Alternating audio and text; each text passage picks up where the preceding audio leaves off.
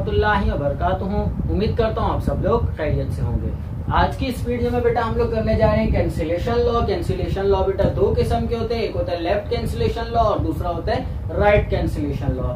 इससे पहले बेटा मैं आप लोगों को ग्रुप की डेफिनेशन, ग्रुप की कंडीशंस और साथ ही साथ यूनिकनेस थ्योरम्स करवा चुका हूं। अगर आपने मेरी वो वीडियोस नहीं देखी हैं तो आपको डिस्क्रिप्शन में लिंक मिल जाएगा, आप वहां से जाकर देख सकते हैं। और अगर आप मेरे चैनल पर नहीं हुए तो मेरे चैनल को सब्सक्राइब करना ना भूलिएगा और वीडियो को लाइक जरूर कर लीजिएगा। तो यहाँ पर बेटा हम लोगों ने करना है कैंसिलेशन लॉ। कैंसिलेशन लॉ के लिए हमारे पास एक थ्योरम है, दो थ्योरम्स हम पहले कर चुके हैं। थ्योरम नंबर 3 कर रहे हैं यहाँ पर। थ्योरम नंबर 3 की स्टेटमेंट क्या है? Cancellation laws hold in a group, मतलब कि किसी भी ग्रुप में कैंसिलेशन लॉ भी होल्ड करते हैं। अब कैंसिलेशन लॉ है कौन कौन से? दो हैं बेटा, लेफ्ट कैंसिलेशन लॉ और राइट कैंसिलेशन लॉ। अब ग्रुप है तो सबसे पहले तो हम स्टेटमेंट दे देंगे, let G be a group with identity E. हमने बता दिया आइडेंटिटी एलिमेंट जो है इस ग्रुप में वो ई है। अब हमें बार बार हर स्टेप के साथ लिखने की जरूरत नहीं है, ये बात मैं पहले भी आप लोगों को यूनिकनेस थ्योरम में भी बता चुका हूँ। अब लेफ्ट कैंसिलेशन लॉ में सबसे पहले तो हमने लेफ्ट कैंसिलेशन लॉ प्रूफ करना है, तो हमें 3 एलिमेंट्स लेने पड़ेंगे यहाँ पर। For A B C belongs to G, मैंने 3 एलिमेंट्स ले लिए बेटा, ए बी सी, जो कि तीनों कहां से बिलोंग कर रहे हैं? ग्रुप से बिलोंग कर रहे हैं। ग्रुप जी जो मैंने लिया जिसकी आइडेंटिटी ई है। नेक्स्ट क्या होगा? लेट, मैं फर्ज कर लूंगा, लेट कर लूंगा यहाँ पर A B equals to A C. A B और ए सी मतलब कि ए को बी के साथ मल्टीप्लाई किया जाए और फिर ए को सी के साथ मल्टीप्लाई किया जाए, तो ये दोनों टर्म्स हमेशा क्या होंगी? बराबर आएंगी। अब मैंने प्रूफ क्या करना है? वी शो दैट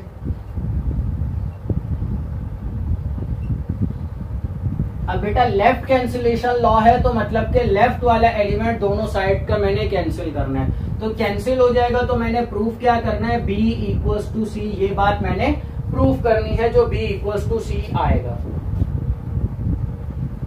तो अब यहाँ पर बेटा अभी मैंने स्टार्ट में बताया जी जो है वो क्या है? एक ग्रुप है। तो अब एक ग्रुप बनने के लिए हमने कंडीशंस क्या क्या पढ़ी थी बेटा? बाइनरी ऑपरेशन होल्ड करना चाहिए, उसको सेमी ग्रुप होना चाहिए, साथ ही साथ उसमें आइडेंटिटी एलिमेंट होना चाहिए जो हमने बता दिया है। आइडेंटिटी एलिमेंट के साथ ही साथ ये भी होना चाहिए, हर एलिमेंट का इनवर्स भी होना चाहिए।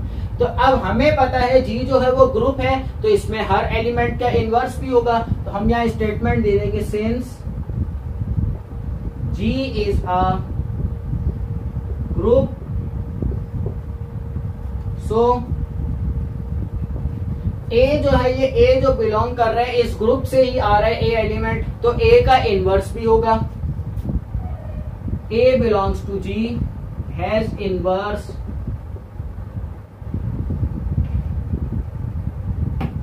A inverse in G।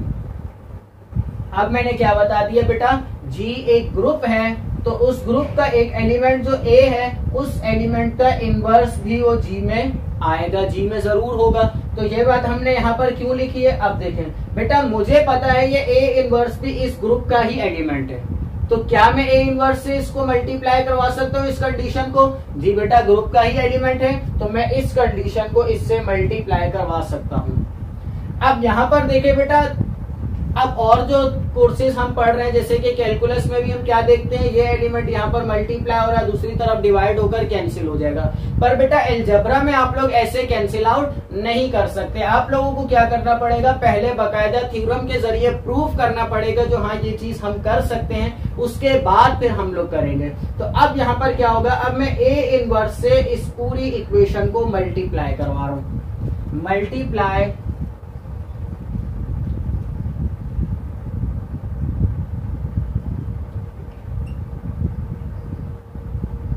A inverse both sides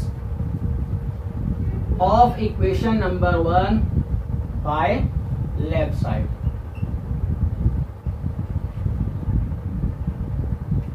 अब ये मैंने बाय लेफ्ट साइड क्यों लिखा है बेटा? A इनवर्स को दोनों साइड्स पर मैं लेफ्ट साइड से मल्टीप्लाई करवाऊंगा। अब एक ही एलिमेंट को मैं एक से मल्टीप्लाई करवा रहा हूं, तो अगर मैं इक्वेशन के एक साइड पर लेफ्ट से करवा रहा हूं तो मैं दूसरी साइड पर भी मुझे लेफ्ट से ही करवाना पड़ेगा। मैं ऐसा नहीं कर सकता जैसा कि हम लोग दूसरे कोर्सेज में करते हैं, जो अगर एक साइड पे लेफ्ट से कर रहे हैं तो दूसरी साइड पे राइट से भी करवा सकते हैं। ऐसा अलजेब्रा में हम लोग नहीं कर सकते, या तो लेफ्ट से ही करवाएंगे या तो राइट से करवाएंगे।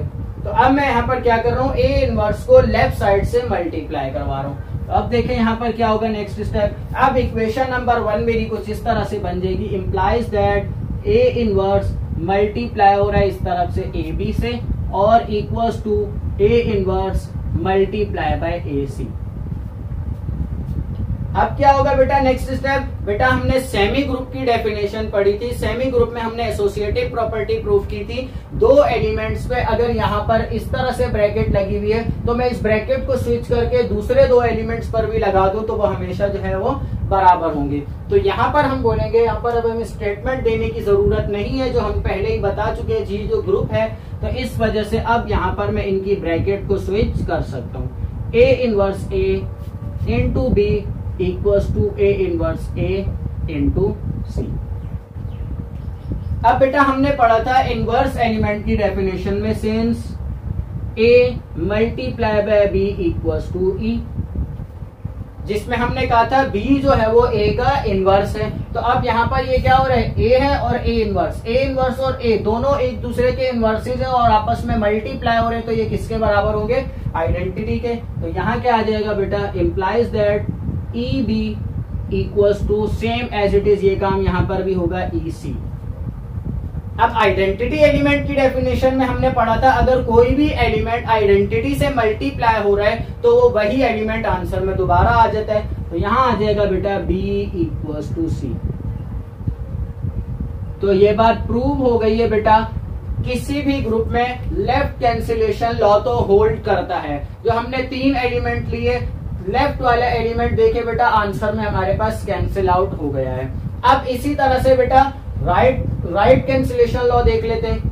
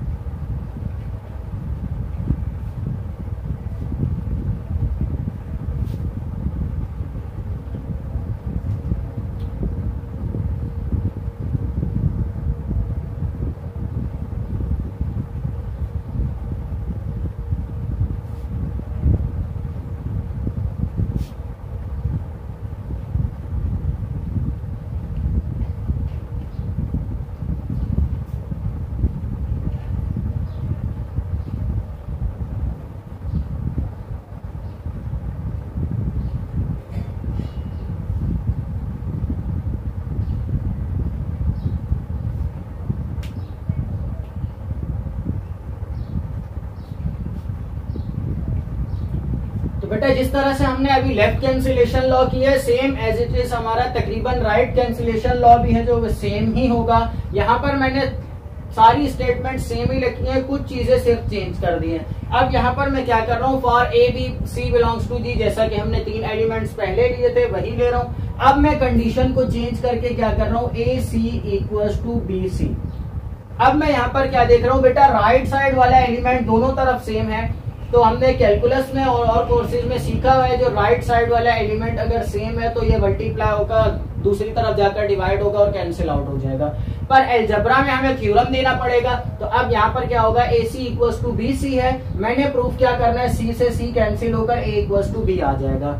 Since G is a group, जैसा कि हम बता रहे हैं जी ग्रुप है, सो सी बिलोंग्स टू जी, सी एक एलिमेंट है जो जी में से आ रहा है, has inverse in G, C inverse जो है वो सी का इनवर्स होगा इस ग्रुप में। तो अब मैं सी को क्या कर रहा हूं, मल्टीप्लाई करवा रहा हूं अब यहां पर राइट साइड से, सी इनवर्स को अब मैं मल्टीप्लाई करवा रहा हूं। तो बेटा मेरी इक्वेशन नंबर 1 जो है यहां पर वो चेंज हो जाएगी किसमें, A C multiply by C inverse equals to B C multiply by C inverse.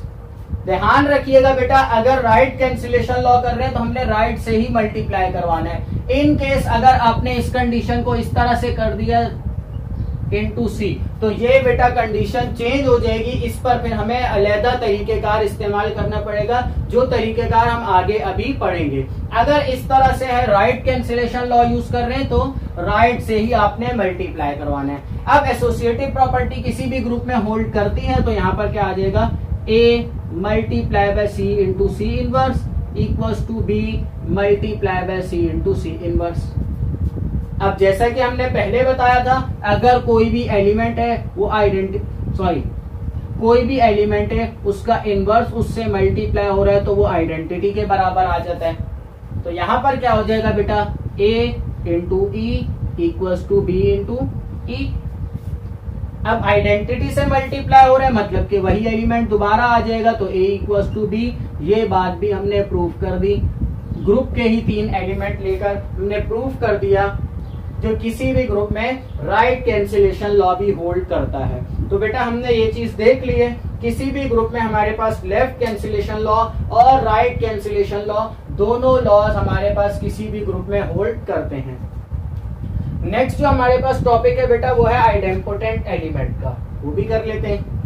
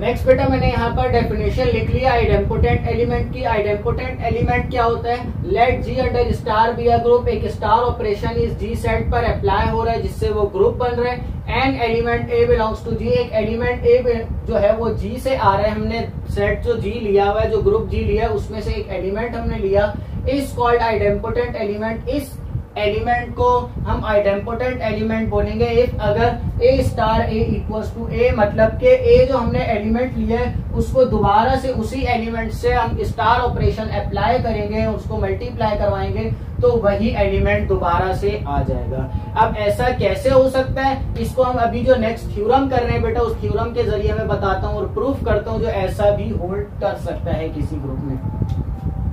बेटा थ्योरम मैंने यहाँ पर लिख लिया। थ्योरम की स्टेटमेंट क्या है, idempotent element in a group is unique. किसी भी ग्रुप में आइडेम्पोटेंट एलिमेंट जो है वो यूनिक होता है, सिर्फ एक ही होता है। तो अब ये बात हम प्रूफ करने जा रहे हैं। Let G be a group with identity E, हमने एक ग्रुप लिया है जिसको हम जी का नाम दे रहे हैं जिसकी आइडेंटिटी ई है।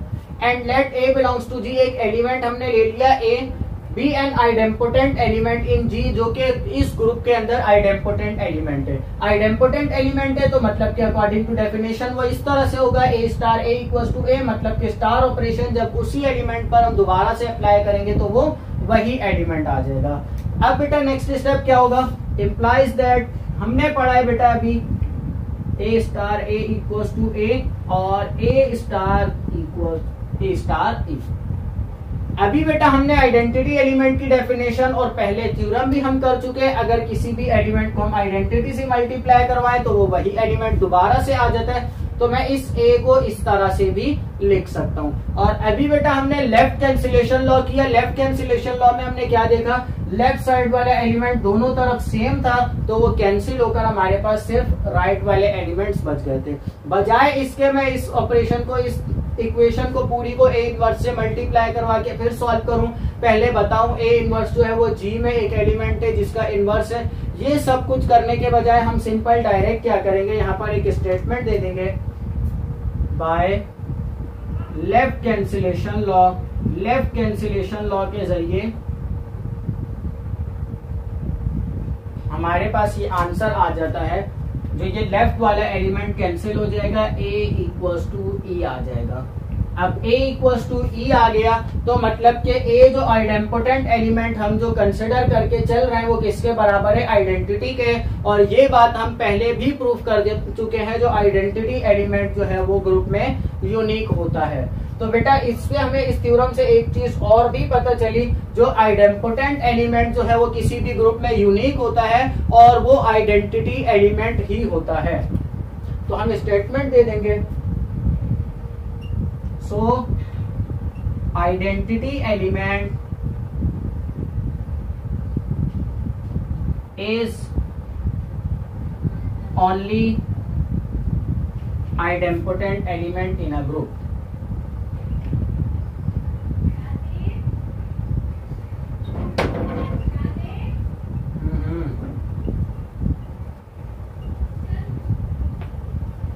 और ये बात हम पहले भी प्रूव कर चुके हैं, जो हमारे पास आइडेंटिटी एलिमेंट जो है वो ग्रुप में यूनिक होता है। अब आइडेंटिटी एलिमेंट पर अगर ये डेफिनेशन अप्लाई करें, जैसे कि मैं एग्जांपल के तौर पर यहाँ पर करता हूँ, तो ई स्टार ई अगर मैं करूँ तो आंसर में मेरे पास ई ही आएगा। तो ये बात ये हम प्रूव कर चुके हैं, जो आइडेंपोटेंट एलिमेंट हो या आइडेंटिटी एलिमेंट हो वो दोनों आपस में इक्वल होते हैं और किसी भी ग्रुप में ये यूनिक होते हैं। तो यहाँ पर बेटा आज की वीडियो को खत्म करते हैं। इंशाल्लाह नेक्स्ट वीडियो में आगे कुछ एग्जांपल्स भी इसकी सॉल्व करेंगे और कुछ क्वेश्चन सॉल्व करेंगे, एक्सरसाइज क्वेश्चन। और अगर आपने मेरा चैनल अभी तक सब्सक्राइब नहीं किया तो वीडियो से जाने से पहले मेरे चैनल को सब्सक्राइब जरूर करिएगा। उम्मीद करता हूँ आज जो समझाया वो समझ आ गया होगा। अल्लाह हाफिज।